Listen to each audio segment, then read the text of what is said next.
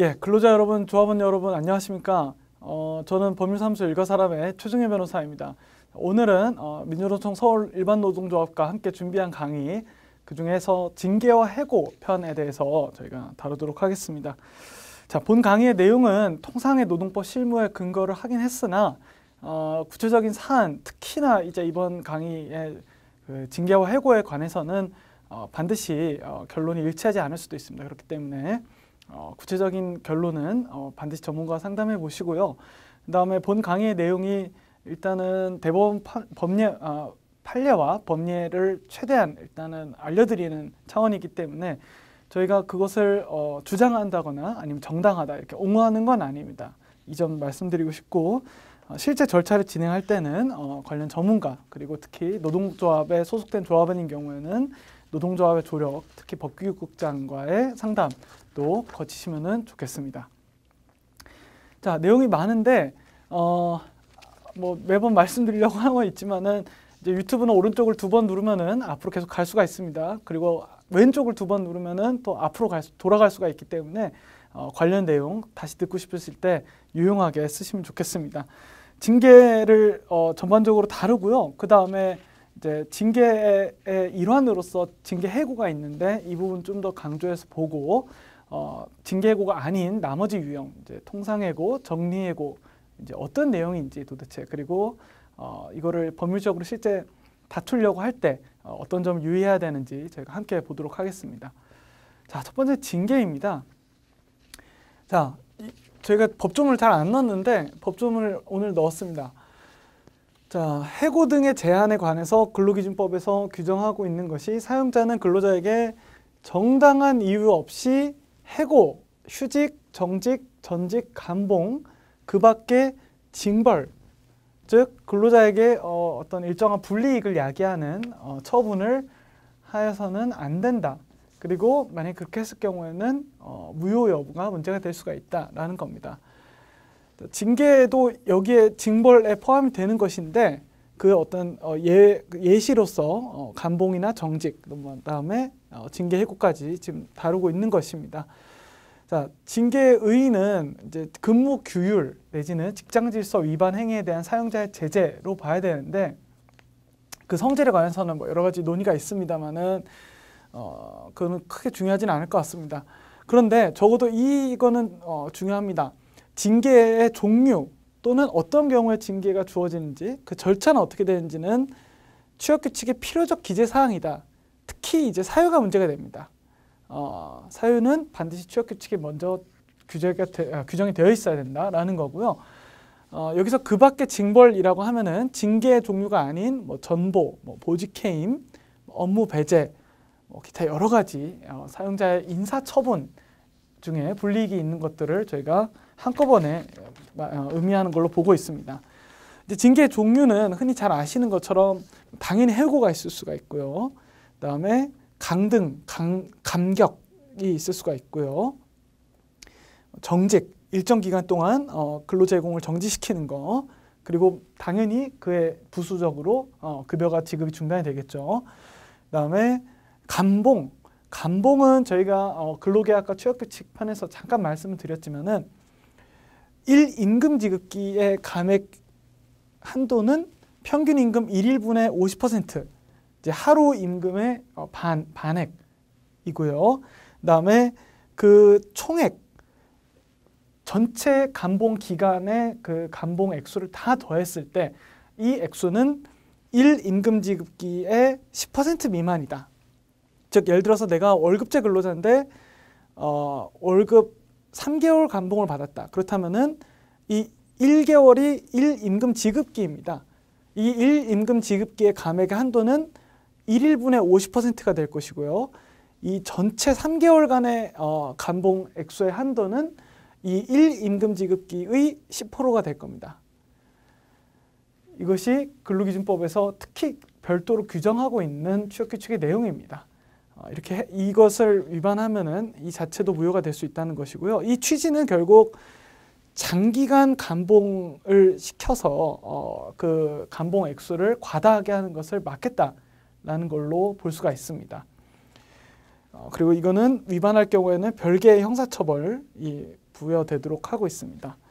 자, 그 외에 직위해제라든지 우리가 흔히 회사에서 보는 대기발령, 보직해임, 전보 이런 부분들은 사실 징계와는 별도의 인사처분인데 다만 이게 인사상 불이익이 있고 당연히 있겠죠.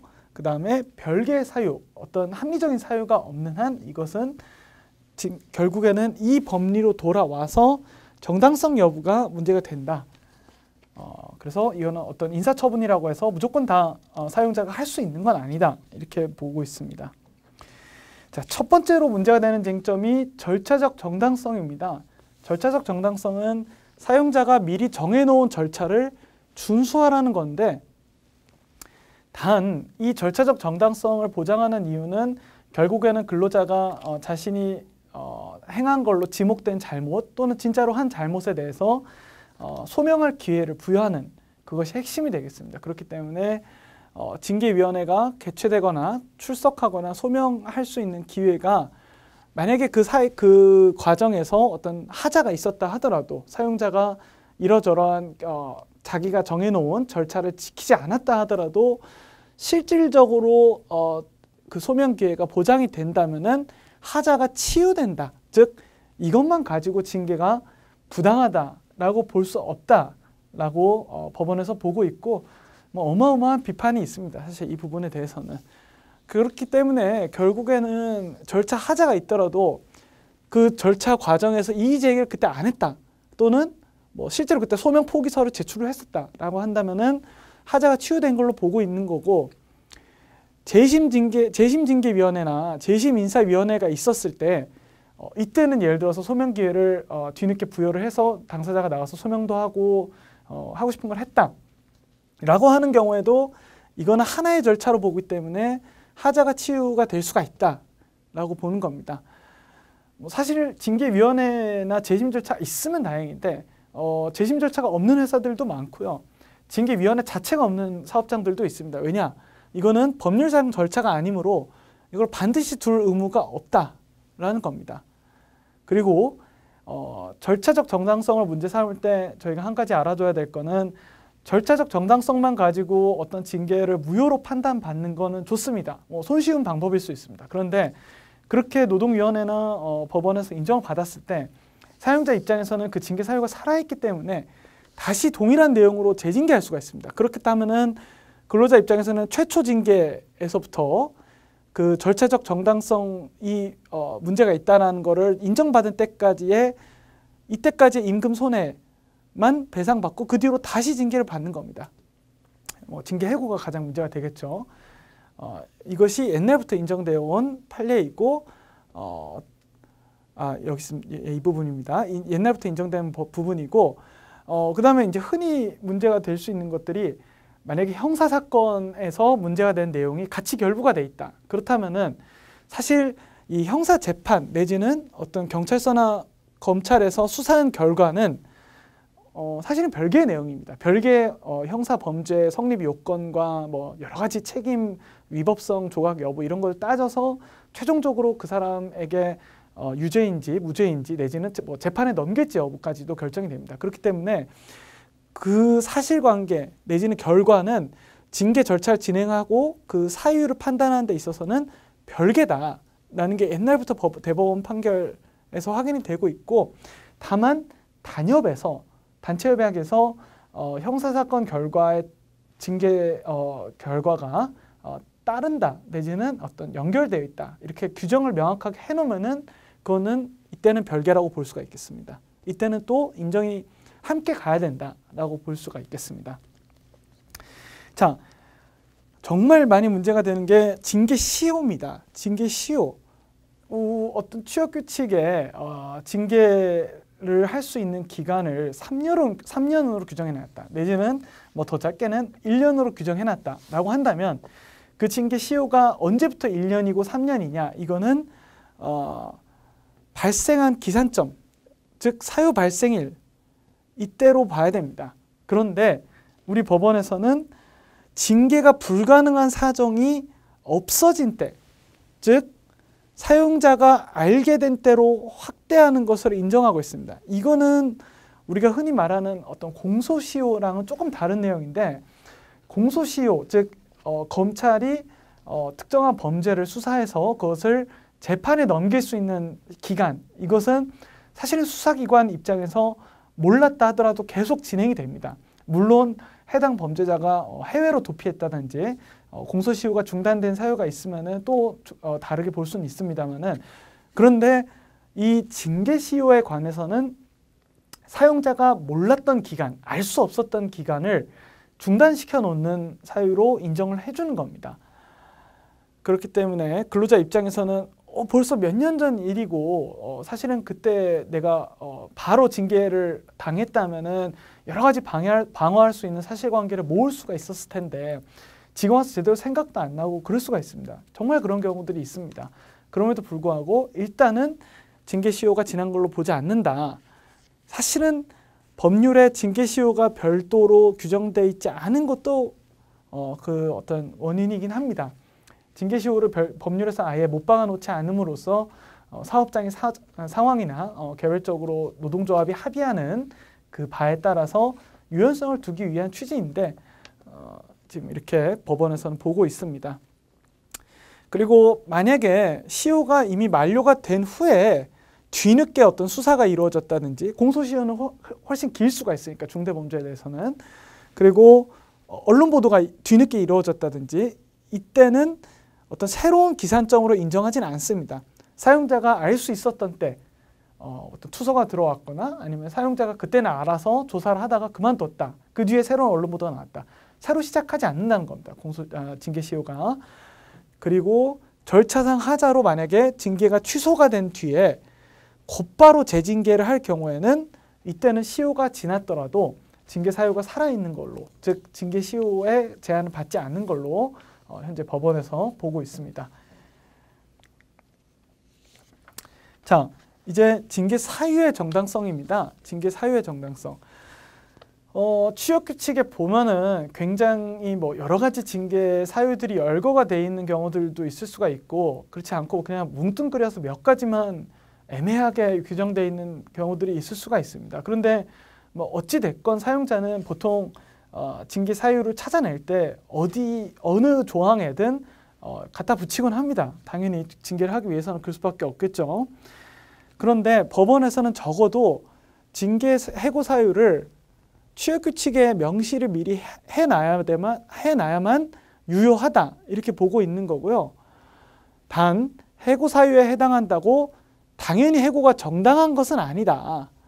이거는 근로자에게 책임 있는 사유가 있어야 된다라고 요건을 두고 있습니다. 그리고 단협에 없는 취업규칙상 해고 사유, 즉 단협에도 해고 사유가 있고 취업규칙에도 해고 사유가 있으면, 여러분들이 만약에 앞 강의를 들으셨으면 아시겠지만은 사실은 이게 더 유리할 수가 있죠. 그리고 더 우선한다고 볼 여지도 있는데, 그래도 적어도 여기에 별도의 플러스 알파의 그 징계 사유들이 규정이 돼 있다면은, 그리고 그것이 합리성이 있으면은, 그러면은 인정을 해준다라고 법원이 보고 있습니다.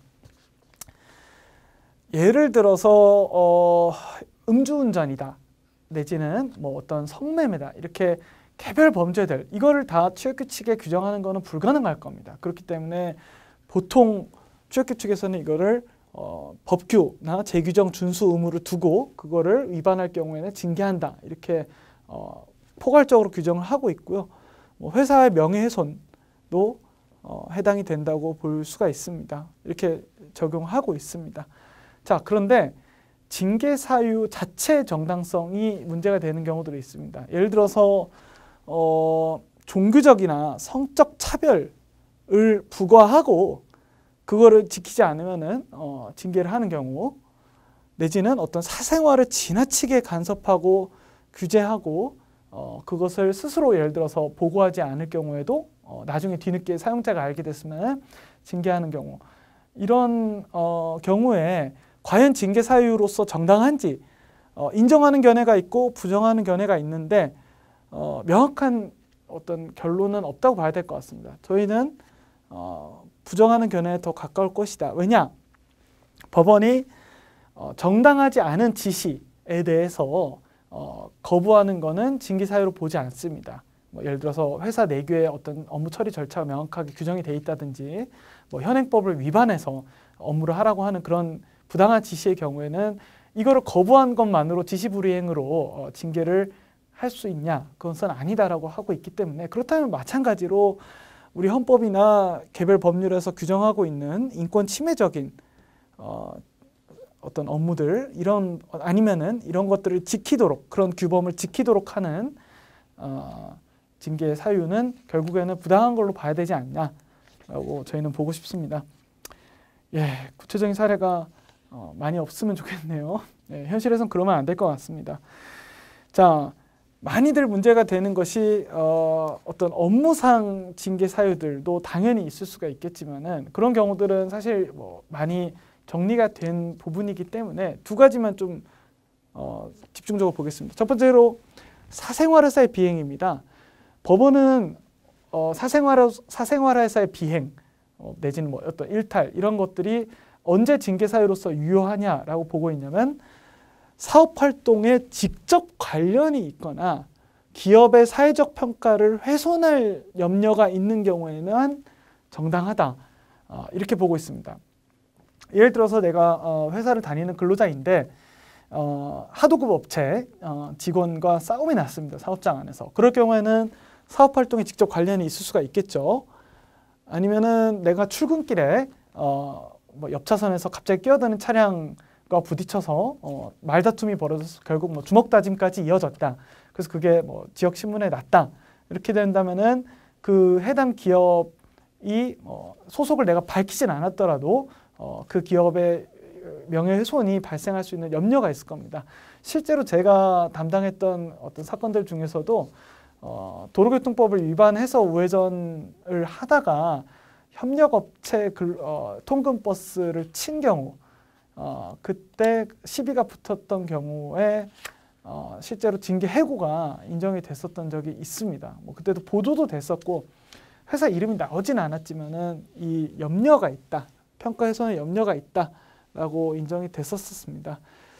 뭐 상당히 저희 입장에서는 좀 문제가 있는 법리라고 보고요. 그런데 일단은 현실적으로 회사의 명예훼손이나 실추가 있었다 내지는 그럴 염려가 있다, 품위유지 의무 위반이다 등으로 징계가 많이 이루어지고 있고 어떤 실제 명예실추나 명백한 손해가 발생했음을 요하지 않는다. 다만 저희가 그런 주장을 할 수 있을 겁니다. 어떤 나중에 볼 징계 양정에서의 형평성 문제인데 적정성 문제인데 그런 경우들이 많이 있었을 때 유사한 사건이 많이 있었을 때 누구는 회사에서 잘리고 누구는 감봉만 받고 누구는 뭐 견책만 받았다. 이런 경우에는 아무래도 그 어떤 여파가 다를 수는 있겠지만은 기본적으로 징계 양정을 문제 삼을 수는 있을 것 같습니다. 자, 그 다음에 또 최근에 많이 문제가 되는 게 영리겸직금지 의무 위반입니다. 내가 퇴근을 하고 뭐 대리운전을 별도로 한다든지 아니면은 유튜버 업무에 매진한다든지 뭐 별개로 번역 작업을 한다든지 내지는 뭐 낮에는 이 일을 하고 밤에는 저 일을 하고 정말 이 겸직을 한다든지 이런 경우들은 일단은 재산상 이득을 목적으로 하는 계속적인 업무에 종사하여야 여기에 해당이 될 겁니다. 단순히 어떤 봉사활동을 한다든지 뭐 교통정리를 한다든지 명예모범 운전사 이런 걸로 뭐 그런 경우에는 이 의무 위반에 해당조차 되지 않을 겁니다. 만약에 해당이 된다고 한다면 이게 정당한 징계 사유가 되려면은 내가 근무 시간 중이나 아니면은 그 회사의 자원 뭐 어떤 비품 기재재 같은 거를 부당하게 활용할 경우 그러면 당연히 문제가 될 수가 있을 겁니다. 그렇지 않다 하더라도 원래 업무를 저해할 정도로 영리겸직 업무를 하는지 사용자의 그래서 손해가 발생할 어떤 우려가 있는지 이런 경우들 또는 그것이 기업 질서에 일정한 영향을 미쳤는지 이런 부분들이 인정이 될 때 징계가 가능하다. 그때 정당성이 생긴다라고 보고 있습니다. 자, 부당한 업무상 지시의 불이행, 아까 징계 사유 불성립한다. 이게 뭐 많이 문제가 될 것 같습니다. 코로나19 하에서 나중에 코로나19가 다 해소된 다음에 보시면은 좀 웃으실 수도 있지만은 지금 현재 예를 들어서 뭐 주말에 외식을 하지 마라, 뭐 어디 여행을 가지 마라, 코로나19를 걸려오면은 별도로 징계를 하겠다, 그런 지침들이 많이 내려지고 있는데, 물론 사업장 내에서의 감염병 예방을 위하는 그런 조치는 사업주의 안전보건 의무의 이행으로서 어떤 당연한 조치이긴 합니다. 필요한 범위 내에서는 해야 됩니다. 그런데 그 범위, 필요한 범위, 합리적인 범위를 넘어서 과도하게 규제를 하는 것, 이러한 부분들은 업무상 지시, 부당한 업무상 지시로 판단될 여지가 있겠습니다. 아마 구체적인 거는 사례가 나와봐야지 알 것 같습니다. 자, 징계 재량의 적정성 부분입니다. 일단은 수단의 적정성이 있고, 이게 징계 재량의 적정성입니다. 그러니까 징계 사유가 인정이 되더라도 명백히 잘못을 했는데 그 징계를 어떤 걸로 선택할지의 종류가 그 사유 등에 비추어 봤을 때 상당해야 된다. 즉 어떤 비례성이 맞아야 된다. 적당해야 된다라는 의무입니다. 만약에 이것을 지키지 않을 경우에는 징계 재량을 일탈남용했다.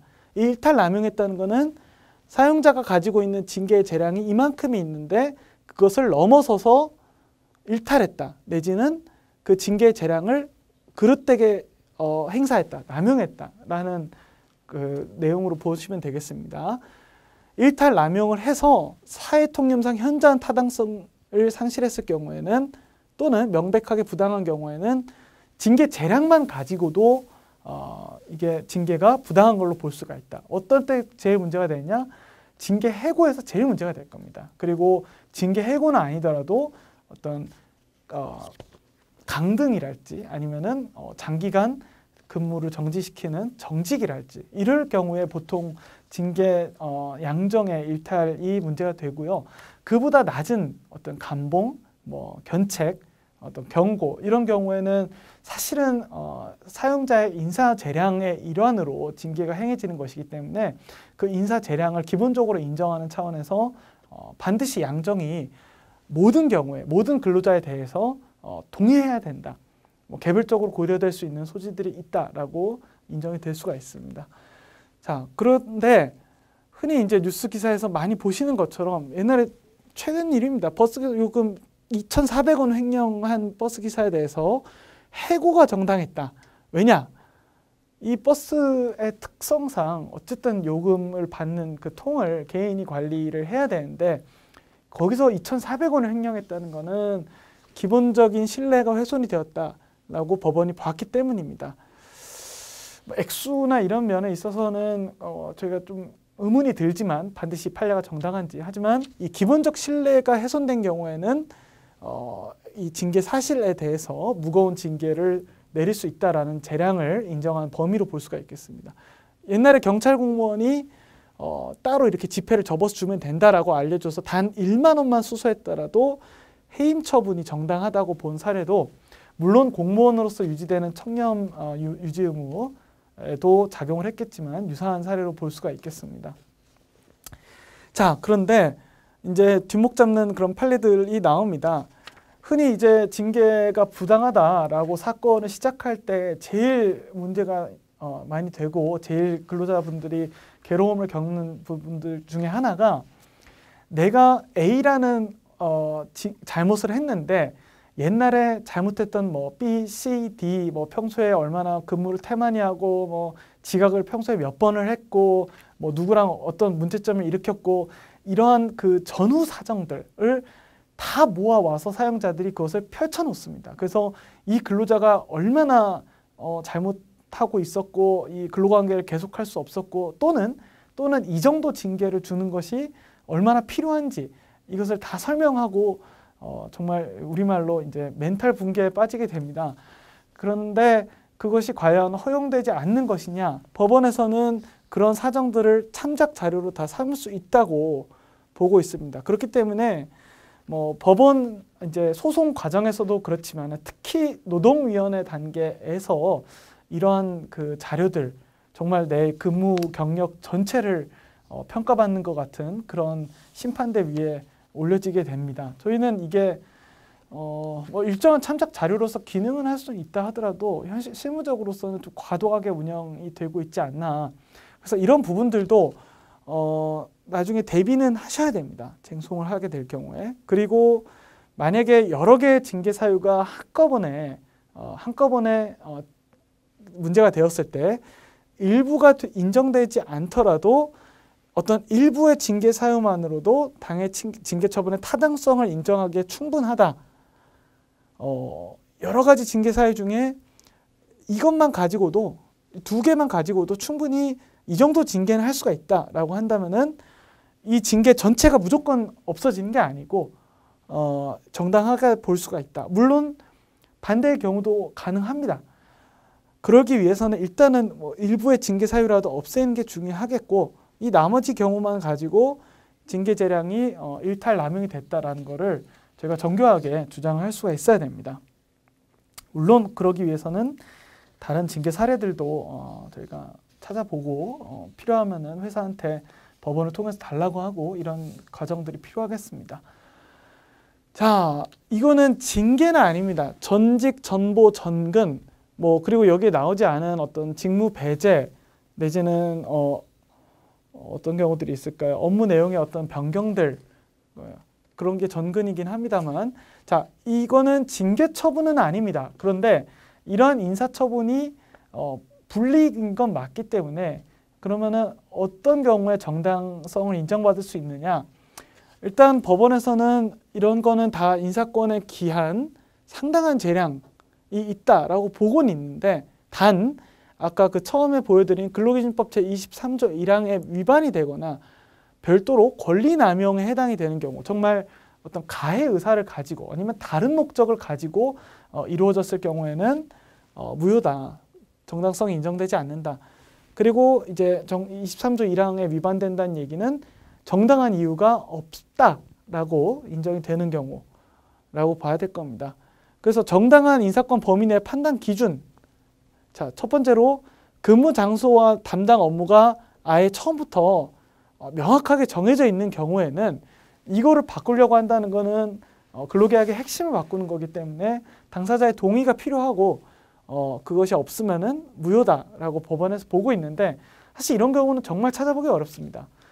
보통은 어떤 조직이든 아니면은 어떤 근로계약이든 업무 내용을 포괄적으로 정해놓고 거기서 이제 그때 인사발령을 내면서 지시를 하면서 업무 지시를 하면서 업무 내용을 정해가는 거 또 변경하는 게 보통이기 때문입니다. 그럴 경우에는 업무를 바꾸거나 직책을 바꾸는 그런 업무상 필요성, 즉 사용자의 필요성과 근로자가 그것이 변경됨으로 인해서 받는 생활상 불이익을 비교를 해서 이 두 가지를 비교를 해서 어느 쪽이 더 큰지를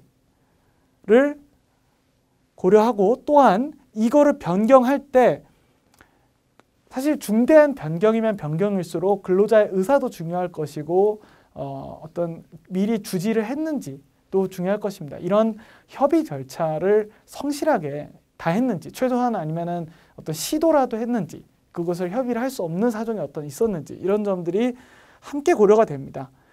그리고 업무상 필요성이다. 여기서 얘기할 때는 이때는 과연 이 사람이 적임자이냐 하는 대상자 선정의 합리성이 포함이 된다는 게 법원이 판례고요. 그리고 이 업무상 필요성은 사용자가 입증해야 된다. 즉 근로자가 업무상 필요성이 없다라고 주장을 하면은 사용자가 그것이 아니다. 필요성이 있다라고 각종 자료를 들고 와야 될 책임이 있다. 왜냐하면은 결국에는 사용자가 이 업무상 필요성을 입증할 수 있는 더욱 유리한 지위에 또는 때로는 유일한 지위에 있을 수 있기 때문입니다.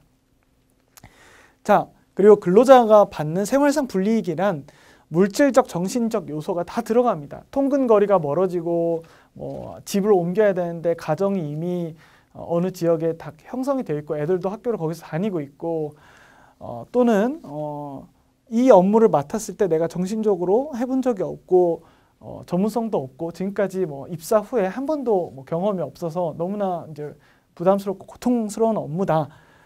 그리고 그런 업무를 맡았을 때 내가 기존에 맡던 업무에 비해서 경력상의 불이익이 있느냐, 물론 그거에 대해서 보상 조치가 있었는지도 함께 고려가 될 수가 있습니다. 그래서 이런 부분들은 다 근로자가 입증해야 되는 몫입니다. 근로자가 자료를 다 취합해서 얼마나 내가 생활상 불이익이 큰지를 보여줘야 되는 부분입니다. 자, 만약에 단체협약상 노동조합 간부나 뭐 어떤 대의원 등에 대해서 인사 발령을 할 경우에는 합의 의무를 규정해놨다. 징계 절차에 있어서도 노동조합에서 누군가 한 명은 들어와서 징계위원회에 심의 의결에 참여해야 된다. 내지는 어떤 의견 진술권이 있다. 이런 경우에는 물론 이제 절차의 하자가 치유됐는지 여부를 봐야 되겠지만, 그리고 그 노동조합이 그걸 포기했는지 여부도 따져봐야 되겠지만은, 일단은 동의 합의 의무가 있는데 그걸 위반할 경우에는 무효라고 원칙론적으로 법원에서 판단을 하고 있습니다. 자, 전직 전보가 어떨 때 또 문제가 될 수 있냐면은, 이제 이따가 나오겠지만 통상해고를 흔히 이제 전 정부에서 어떤 합리적인 인사 운영 방안, 공정한 인사 운영 방안이라고 밀면서 통상해고를 굉장히 활성화시키려고 했었던 적이 있습니다. 그리고 그거에 맞춰서 이 업무가 무능력하고 성과가 좋지 않은 사람들을 징계하거나 아니면은 심지어 이제 해고까지 하는 것도 정당하다, 이렇게 법리를 구축해 나가려고 했던 적이 있습니다. 굳이 전 정부의 사례가 아니더라도 많은 어떤 사업장들에서 이 저성과자를 일부러 만들어서, 즉 근로자들이 저성과자가 되게 해서 일정 요건을 갖추면은 대기 발령을 시킨다든지, 그래서 대기 발령이 횟수가 채워지면 직권 면직을 시킨다든지, 이렇게 미리 규정해 놓고 저성과자를 만드는 조직으로 보내는 경우들이 있습니다. 그런 경우에는 그 당시에 전직 자체가 업무상 필요성이 없었다, 내지는 극히 적었다라는 그런 판단을 받고 나서 그때 그러면 받은 인사평가에 기반한 대기발령 당연퇴직 역시 후속적으로 연쇄적으로 무효다라고 법원이 판단한 사례가 있습니다. 저성과자 조직에서 발생한 그런 사례였습니다. 예, 그리고 사실은 이게 여러 가지 사례가 문제가 됐었는데 금융권에서 판결은 엇갈립니다. 구체적인 사유에 어떤 구체적인 사례마다 업무상 필요성이 인정되는 경우도 있고 생활상 불이익이 과다하지 않다라고 인정된 경우들도 있었기 때문입니다. 그래서 이것도 굉장히 구체적인 사안에 따라서 달라질 수 있다. 자, 해고에 관해서 제가 한 절반 이상 한 것 같습니다. 해고에 관해서 살펴보겠습니다. 자, 정당한 이유가 있어야 된다라고 아까 근로기준법 23조 1항에서 말씀드렸는데, 사실은 상시 4명 이하의 근로자를 사용하는 사업장에서는 정당한 이유가 있을 필요가 없습니다. 그만큼 소규모 사업장에서 해고의 요건을 완화시켜 놓은 겁니다. 이때 상시 4명의 근로자인지 여부는 이제 사용자인 예를 들어서 공동사장들 이런 사람들 다 빼고 순수한 근로자를 기준으로 계산하는 방식이 따로 있습니다. 저희가 이 강의에서는 그걸 다루지는 않겠습니다. 계산하는 방식은 한번 찾아보시면 좋을 것 같습니다. 자, 그런데 이 법원이 아까부터 계속 말씀드리고 있는 확인하고 저도 말씀드리고 있는 게, 이 정당한 이유라 함은 사회통념상 고용관계를 계속할 수 없을 정도여야 징계 해고가 정당하다라는 겁니다. 그리고 그게 근로자에게 책임 있는 사유여야 된다. 제3자가 와가지고 사고를 치고 갔는데 근로자가 그것을 대해서 책임을 지고 징계 해고를 당한다. 있을 수 없는 일이겠죠. 근로자에게 책임을 물을 수 있을 만한 사유여야 합니다. 그것이 이제 고의든 과실이든 그렇습니다. 그리고 그것을 판단할 때는 이런 여러 가지 요소들, 이 사용자의 사업 목적, 성격, 사업장의 여건, 근로자가 얼마나 책임을 많이 부담하고 있는 지위이고 직무가 어떤 내용인지, 그 비위 행위, 징계가 문제가 되는 그 행위의 경위가 어떻게 됐는지, 그리고 그로 인해서 기업의 이제 위계 질서 내지는 내부 그 직장 질서가 얼마나 훼손이 됐는지, 과거에 얼마나 근무 태도가 훌륭하거나 훌륭하지 않았는지, 이런 부분들도 판단이 되고 있습니다. 그리고 징계 해고는 아니지만 어떤 당연 퇴직이나 직권 면직이나 아니면은 채용 취소까지도 취업규칙에서 아예 별개로 취업규칙에서 앞부분에는 당연퇴직 사유를 써놓고 뒷부분에는 징계 해고의 어떤 사유들을 써놓고 이렇게 구분하는 경우들이 있는데, 이런 구분하는 경우들도 일부의 경우를 제외하고는 이것도 실질적으로는 징계 해고로서 봐야 되는 점을 제가 꼭 말씀을 드리고 싶습니다. 왜 이렇게 돼 있는 경우가 많냐면, 어떤 공공기관처럼 취업규칙을 정해놓다 보니까, 또는 어떤 공적인 영역에서 일하는 근로자들에 대해서 취업규칙을 제정할 때 그 공무원처럼 해놨기 때문입니다. 쉽게 말해서. 그래서 이런 경우에 여러 가지 직권면직이나 당연퇴직 사유들 중에서 사망, 정년, 계약기간 만료, 또는 실제로 내가 구속이 돼서 실형 판결을 받아가지고 근로 제공이 불가능할 경우, 이렇게 자동 소멸 사유를 제외하고는 근로기준법상 제한을 받는 해고에 해당이 된다라는 게 법원의 판단이고요. 도급계약이나 용역계약이 단순히 해지되면 너도 그 업무를 수행하고 있었으니까 당연히 이제 퇴직이 된다라든지, 아니면은 금고 이상의 형이긴 한데 집행유예를 받아서, 실제로 집행유예를 받으면 다시 석방이 되지 않습니까? 그러면은 다시 돌아와서 업무를 할 수 있는데, 그런 경우까지도 당연퇴직이나 직권면직 사유로 두는 것은 부당하다라고 법원이 판단한 사례가 있습니다. 그래서 징계 해고와 동일하게 절차, 수단, 사유의 정당성을 따져봐야 되겠습니다. 자, 징계 해고를 넘어서 이제 정리해고를 간단히 보면은, 정리해고는 정말 복잡하고 이제 어려운 여러 가지 이제 사항들이 고려될 필요는 있습니다. 그리고 이러한 사유들을, 이러한 기준들을 다 충족해야 되느냐, 내지는 어느 정도 충족해야 되느냐, 이거에 대해서 어떤 숫자로 나와 있는 그런 기준, OX 관계라든지 이런 거는 없습니다. 그렇기 때문에 다 하나하나 싸워야 될 필요가 있는데, 제가 여기 많이 써놓긴 했지만은 결국에는 정리해고란 긴박한 경영상의 필요가 있을 때, 즉 사업이 굉장히 악화가 될 때, 또는 악화가 될 것을 미리 예방하기 위해서, 그것이 예측이 될 때, 이때 이것이 첫 번째 요건입니다. 이거 없이는 나머지가 다 의미가 없습니다. 여기서부터 출발을 하는 것이고, 긴박한 경영상의 필요가 있다고 한다면 그 다음부터 해고 회피 노력이 있었는지,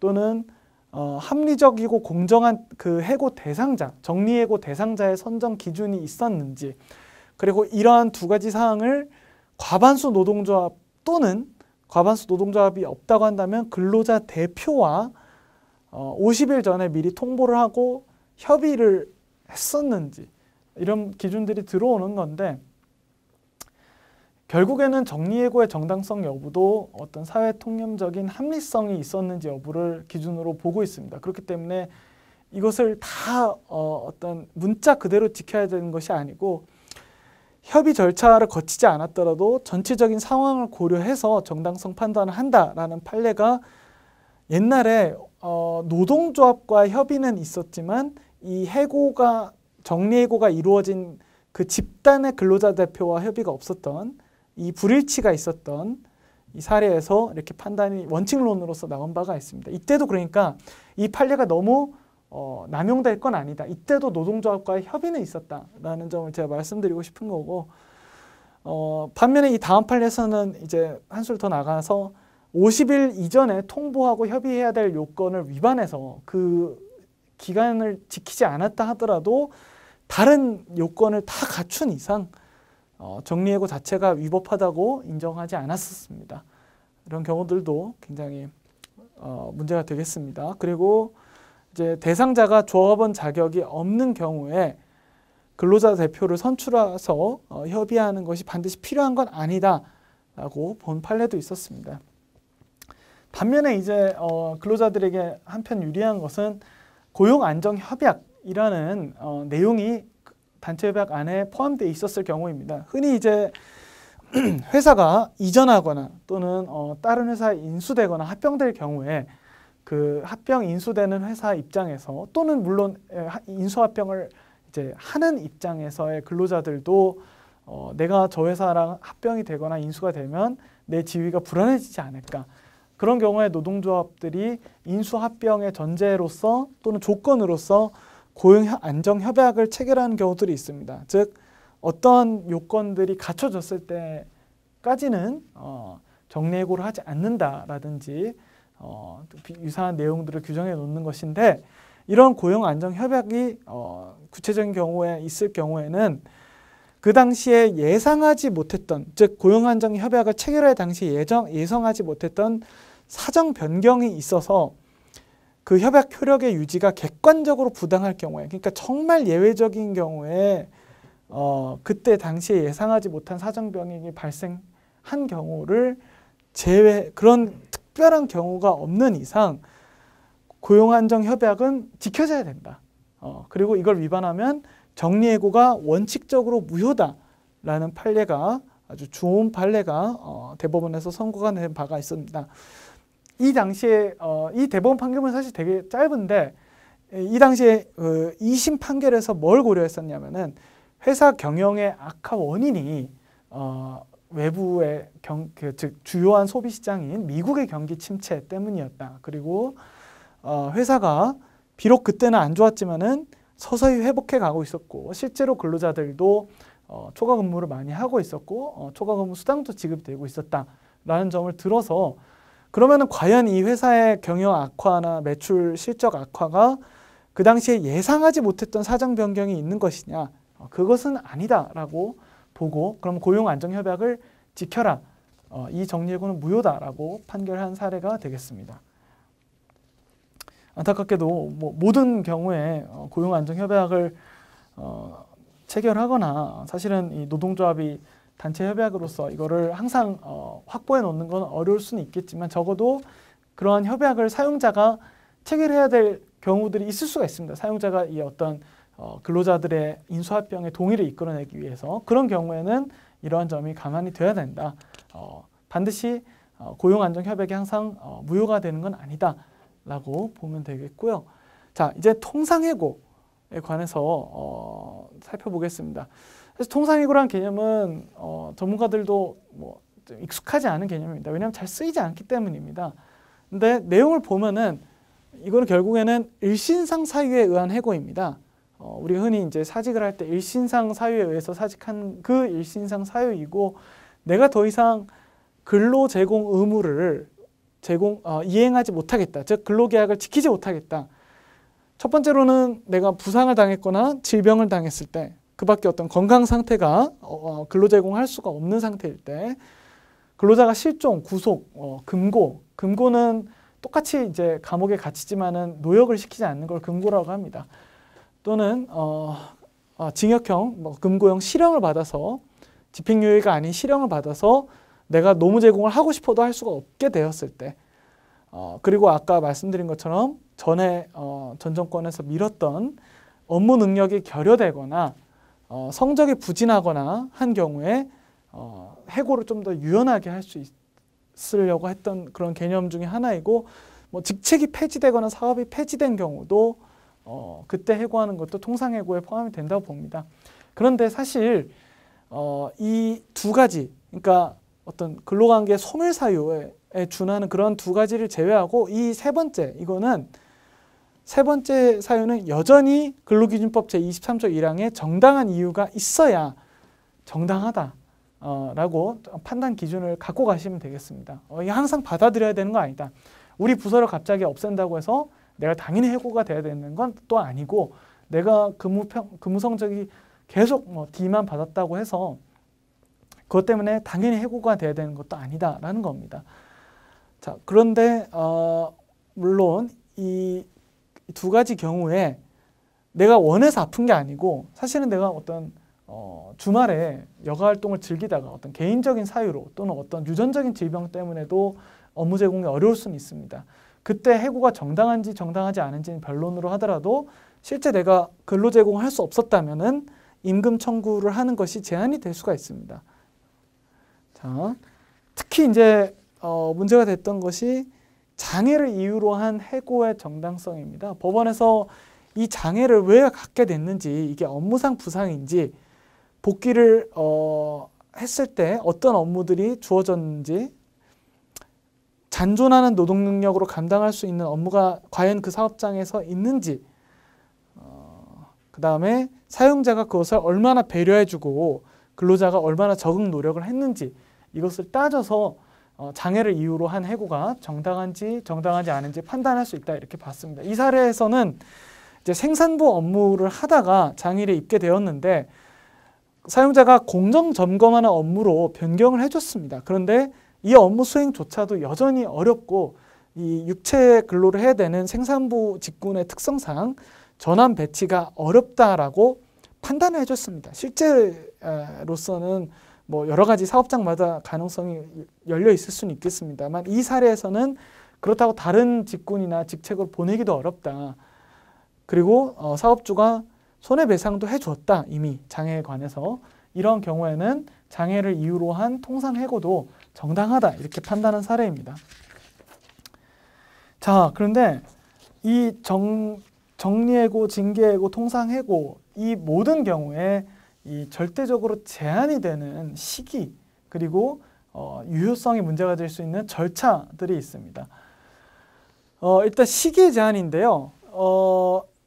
이 시기의 적용, 이 시기의 제한은 사실 이 상시 4명 이하의 사업장, 소규모 사업장에서도 적용이 되는 그런 내용입니다. 그래서 굉장히 중요한 내용입니다. 어떤 경우냐? 근로자가 업무상 부상을 입었거나 업무상 질병이 인정돼 있는 경우에 그래서 그 부상 질병을 치료하기 위해서 휴업하고 있는 기간 그리고 이후에 30일, 치료가 종료된 이후 30일까지도 해고는 제한됩니다. 해고할 수가 없습니다. 이때 요양기간은 입원 치료, 당연히 인정돼야 되는 거고 통원 치료도 통원 기간 당시에 휴업의 필요성이 있으면 즉 일을 할 수가 없는 상태이고 치료를 빨리 받아야 되는 그런 상태라면은 인정이 되고 있고 단 이 여기서 얘기하는 휴업 필요성이 불인정될 경우에 그 휴업 기간이 불인정된다. 해고를 할 수가 있다. 즉, 그러니까 어떻게 보냐면 제가 수행했던 사례에서도 실제 이 근로자분이 장애가 남아 있고 이 심장 부정맥 사례였는데 심장 자동 제세동기를 달고 다니면서 굉장히 약도 많이 드시고 어떤 육체적으로 과중한 업무를 할 수가 없고 계단도 못 올라가는 상태이고 이런 상태였는데 정상 생활 자체가 뭐 아예 불가능하다고 보지 않았습니다. 그리고 비록 원래 하던 업무는 못 하더라도 자영업을 할 수 있다. 이렇게 주장을 했었습니다. 공단에서. 그렇기 때문에 휴업 필요성이 없었다라고 해서 해고가 정당했다라고 본 사례가 있는데 사실 굉장히 좀 뼈아픈 사례였고 저희는 이 휴업 필요성이 좀 자영업을 기준으로 하는 건 아니지 않나. 적어도 원직 내지는 그 사업장에서 갈 수 있는 업무가 있는지는 좀 사용자가 입증을 해줘야 되는 건 아니냐 이렇게 저는 생각을 합니다. 개인적인 생각이었고요. 자, 그 다음에 두 번째 절대적 시기 제한이 산전 산후 여성이 근로기준법에 따라서 휴업인 기간 그리고 그 후 30일 실제 이거는 그 휴가가 사용자에 의해서 받아들여져서 신청이 돼서 사용한 기간이 되겠고요. 이거는 모성보호법에서 저희가 별도 강의에서 더 자세하게 다루도록 하겠습니다. 자, 그리고 육아휴직 기간. 이때는 육아휴직을 너가 써서 해고를 하는 거다. 이게 문제가 아니고 인과관계가 불문입니다. 그러니까 육아휴직 기간 동안의 해고가 아예 제한된다. 그렇기 때문에 어떤 경우도 있을 수 있냐면 정리해고를 현재 하고 있는데 실제 정리해고 대상자에는 포함이 돼도 육아휴직을 사용 중이었다면 정리해고가 제한이 됩니다. 이렇게 육아휴직 기간에는 절대적으로 제한이 된다. 그리고 위반 시 형사처벌이 되고 남녀고용평등법에서 이 제한은 모든 사업장에 적용이 된다. 인원수와 상관없이 단 친족으로 구성된 사업장, 가사 사용인, 가사 도우미는 제외가 된다라는 겁니다. 자, 이 효력 및 예외를 보시면은 해당 기간에 행한 해고는 다 민사상 무효니까 당연히 그 기간에 임금도 다시 받을 수가 있겠고 사용자로서는 다시 해고의 통지를 해야 되고요. 다만 해고 통보 자체는 안 되더라도 언제 해고를 할 것이다. 이것이 이 기간이 끝나면은 며칠자로 해고를 할 것이다라는 해고의 예고는 통보할 수 있다. 그리고 예외로 근로기준법상 일시보상을 부상 질병에 관해서 지급한 경우에는 가능하고요. 사업을 계속할 수 없게 된 경우에도 단서로 가능합니다. 여기에는 폐업도 포함이 되고 당연히 그 다음에 사업을 중지시키는 것, 어떤 사유가 발생해서 휴업하는 것도 포함이 되겠습니다. 자, 두 번째로 절차의 제한입니다. 절차의 제한은 크게 해고의 예고와 그다음에 사유 시기의 서면 통지 이렇게 나뉘는데 실무에서는 이 해고의 예고를 하면서 그것을 서면으로 주니까 사실은 이게 두 개가 구분되지 않을 수도 있습니다. 그런데 만약에 그게 구분이 된다. 해고의 예고를 먼저 하고 그때 해고의 예고를 할 때는 사유와 시기를 제대로 알려주지 않았고 결국에는 알려주지 않았다라고 한다면은 이건 성립을 하는데 이건 성립을 안 할 수도 있습니다. 그리고 물론 이거 해고의 예고도 안 하고 그냥 바로 서면 통지를 하는 경우도 있을 수가 있습니다. 이게 두 개가 소규모 사업장의 적용 여부가 다릅니다. 그렇기 때문에 지금 소규모 사업장에도 적용되는 해고의 예고가 조금 더 강력한 제한이다라고 볼 수가 있겠습니다. 자, 해고의 예고는 30일 전에 언제 해고가 될지를 특정해 줘야 된다. 날짜를 정해 줘야 된다라고 하는 것이고 어떤 조건이나 기한을 붙인 경우는 무효다. 예를 들어서 지금과 같이 코로나19 때문에 2단계 사회적 거리두기가 발효되면은 해고가 된다. 이렇게 언제 될지 알 수 없는 그때그때 다를 수 있는 조건을 붙이는 거는 이 해고의 예고를 한 걸로 인정이 안 된다라는 것이고요. 30일 내에 만약에 해고 일자를 정해가지고 예고를 하면은 그거에 대한 대가로 30일분의 통상임금, 즉 한 달치 임금은 주고 해고를 하도록 규정하고 있습니다. 이거를 20일 전에 지급했다, 20일 전에 알려줬다, 열흘 전에 알려줬다고 해서 그 남은 기간만큼만 해고 예고 수당을 줄 수 있는 것은 아니다라는 게 고용노동부 행정 해석이고 이게 더욱 타당하다고 보이는 이제 판례가 뒤에 나옵니다. 좀 이따 말씀을 드리겠습니다. 그런데 여기도 예외는 있습니다. 그 해당 근로자가 3개월 미만으로 계속 근로했을 경우에, 즉 사실상 어떤 시용 단계에 있는 굉장히 이제 근로기간이 짧아서 보호 필요성이 상대적으로 적은 경우, 내지는 당연히 사업 계속이 불가능할 경우, 이때는 급박하게 30일 내에도 해고 예고를 할 수가 있다라는 것이고, 그리고 근로자가 고의로 사업에 막대한 지장을 초래했을 경우, 그래서 재산상 손해가 발생했을 경우, 이때는 이 근로기준법 시행규칙에 아예 별표로 그 사유들이 이렇게 쫙 나와 있습니다. 자세하게 나와 있고, 이때는 즉각 해고해도 된다. 즉각 징계 해고를 해도 되는 것이고 30일을 준수하지 않고 더 짧은 기간으로 해고해도 된다라고 예외를 두고 있는 것입니다.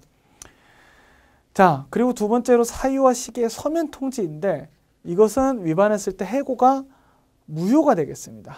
무효가 되겠고 그 취지는 결국에는 그 사유와 시기를 신중하고 명확하게 함으로써 나중에 이것을 가지고 분쟁이 발생한 것을 막고 실제로 분쟁이 발생하면은 도움을 주겠다라는 취지로 법에서 규정한 것이고요. 자, 여기서 사유라고 하면은 왜 내가 해고됐는지 여부인데 사실은 얼마나 구체적으로 적어줘야 되는지에 대해서 기준이 없습니다. 법에 명확하게 기준이 없습니다. 그래서 이 당사자가 내가 해고된 이유를 안 경우라면 생략 가능하다라는 판례도 있는 실정입니다.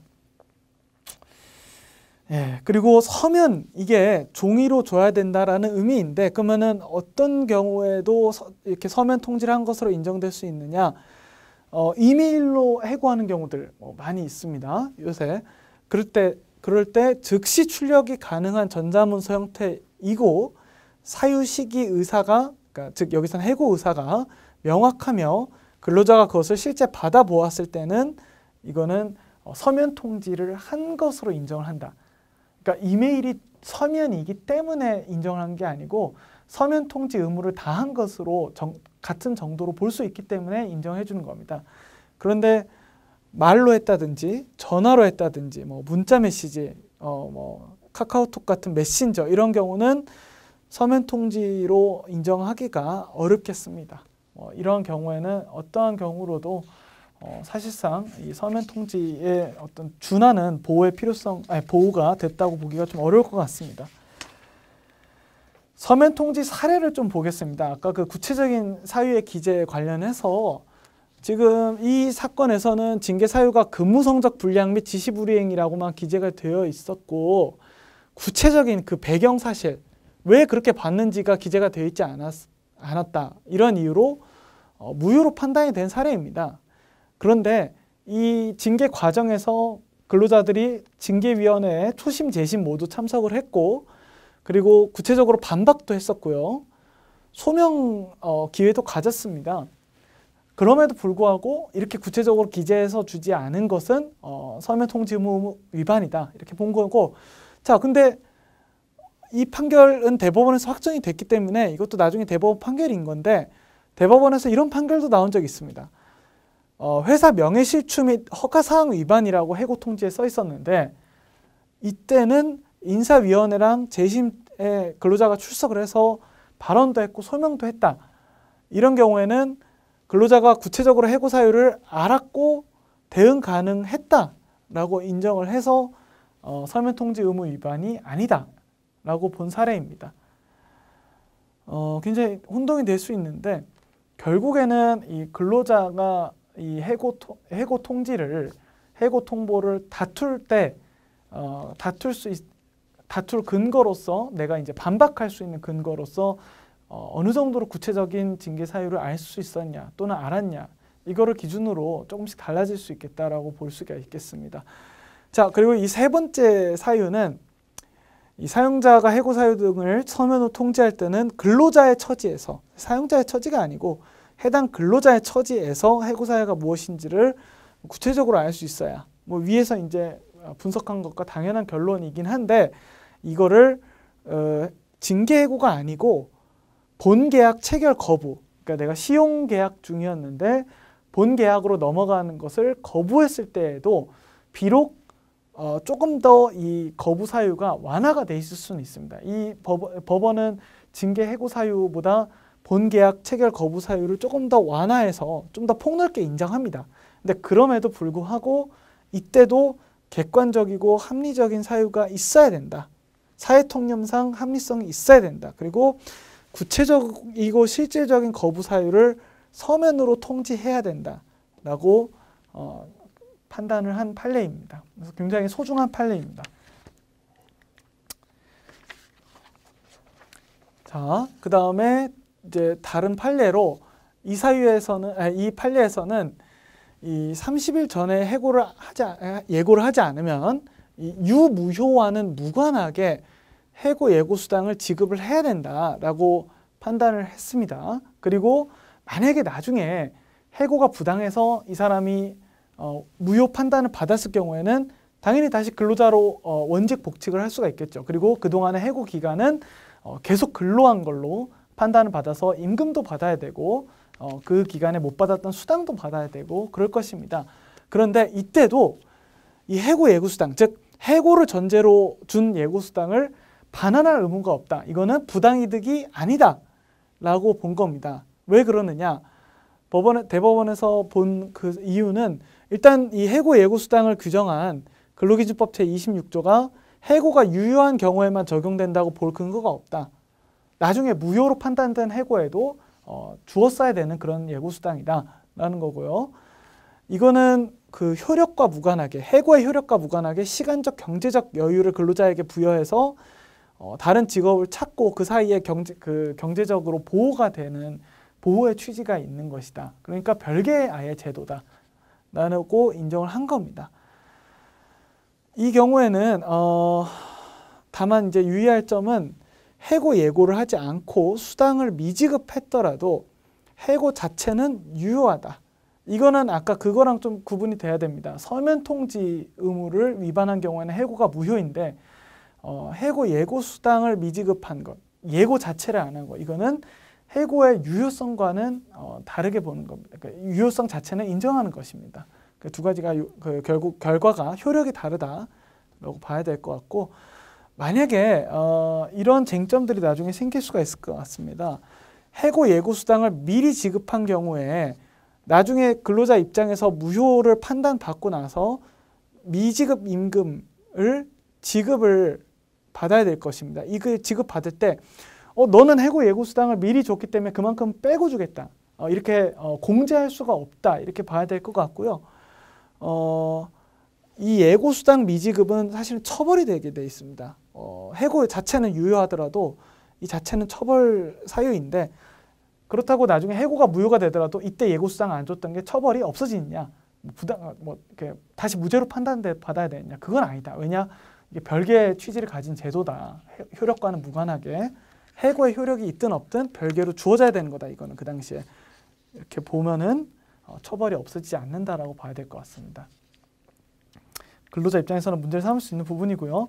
자, 이제 대응 및 쟁송 절차를 마지막으로 마무리하도록 하겠습니다. 일단 초기 대응이 굉장히 중요합니다. 징계도 마찬가지고 징계 해고도 마찬가지고 정리 해고도 마찬가지고 통상 해고를 만약에 사용자가 예고한 경우에도 마찬가지입니다. 이 징계의 경우에는 조사 단계의 인정 내지는 진술서를 작성했을 때 어떤 내용으로 내가 다 자백하는 내용으로 쓰는지 이거 굉장히 유의해야 되고요.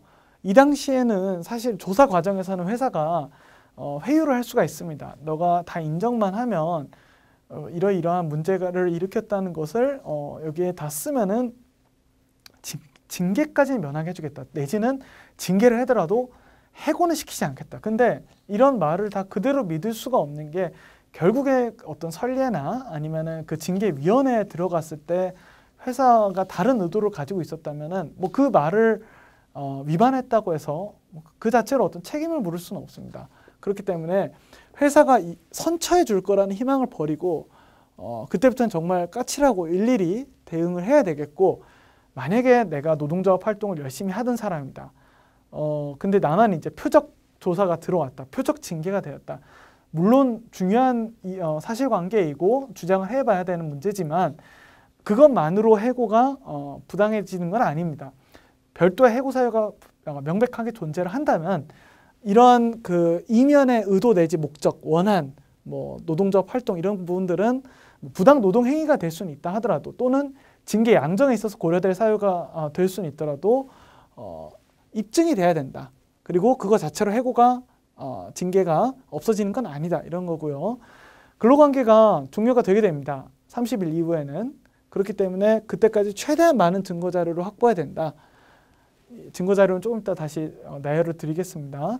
자, 노동위원회 구제 신청은 인사처분을 받은, 내가 실제로 통지서를 수령한 날로부터 또는 그거를 알게 된 날로부터 3개월 이내에 해야 되고, 만약에 징계 종류가 내용이 변경이 됐을 때는 재심에서 변경된 그 처분일부터가 기준이 되겠습니다. 그런데 이 노동위원회 구제 신청은 저희가 별개의 강의에서 더 자세하게 다루겠지만 상대적으로 신속하고 전문성이 있는 장점은 있지만 신문회의가 일단 기본적으로 한 번입니다. 그리고 기간도 신문회의 때까지 제한이 있습니다. 그 제한된 쟁송 범위 내에서 사실관계가 다 드러나지 않을 수 있다.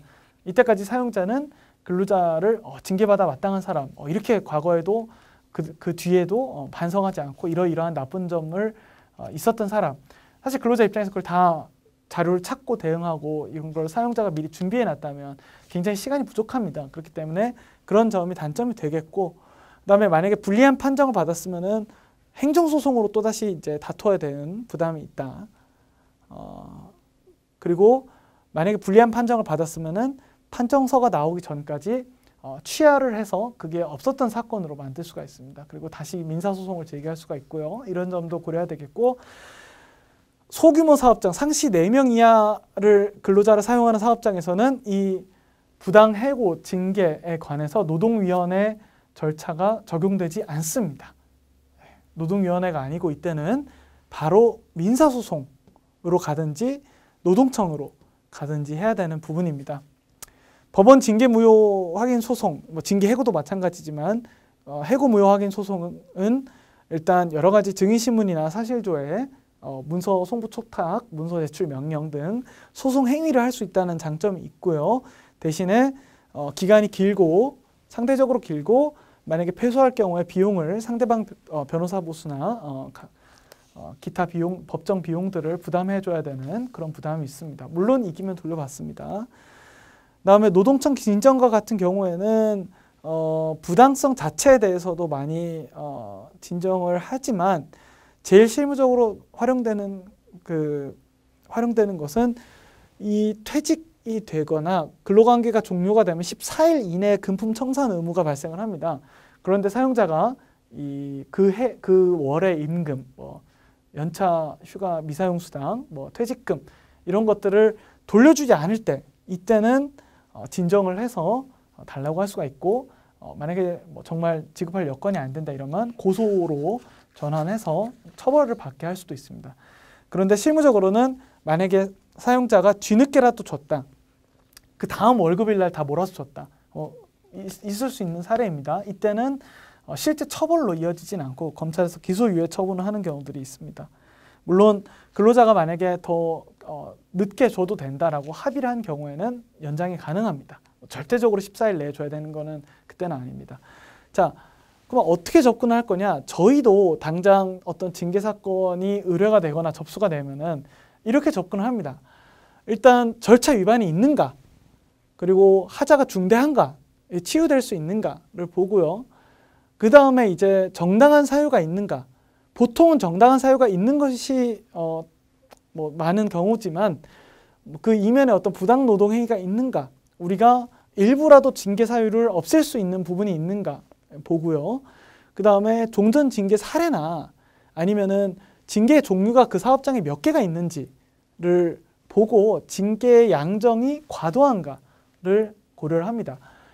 그리고 여러 가지를 이 위의 부분뿐만이 아니고 사실은 어떤 징계의 종류에 따라서 감봉기간, 정직기간, 그 이후에 해고가 얼마나 그 해고 기간 현재 얼마나 지속됐는지 그 사이에 받을 수 있었던 임금 액수 이런 부분들, 이직의 가능성, 이직을 했을 때에 내가 이 징계 소송을 하고 있는 것이 그 업계에서 평판에 안 좋게 미칠 수 있는지 물론 근로자분들도 다 고려를 하시겠지만 저희도 이런 부분들 다 한꺼번에 고려해서 이 다툴 실익이 있는가. 왜냐하면은 노동위원회든 법원이든 일정 비용 부담은 물론이고 시간과 마음고생 특히 법원과 같은 경우는 또 이제 상대방 비용 패소 시에 상대방 비용 부담 이런 부분들까지 고려를 하기 때문에 정말 가벼운 징계는 이후에 정말 그것이 이제 승진이나 아니면은 근로기간에 영향을 명확하게 미치거나 아니면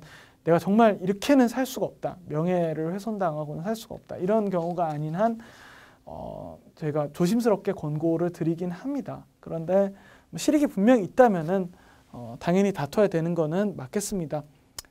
저희도 그 말씀을 많이 드리곤 합니다. 지금 만약에 다투지 않으면 징계 무효 확인, 해고 무효 확인 소송은 사실은 소멸시효는 없습니다.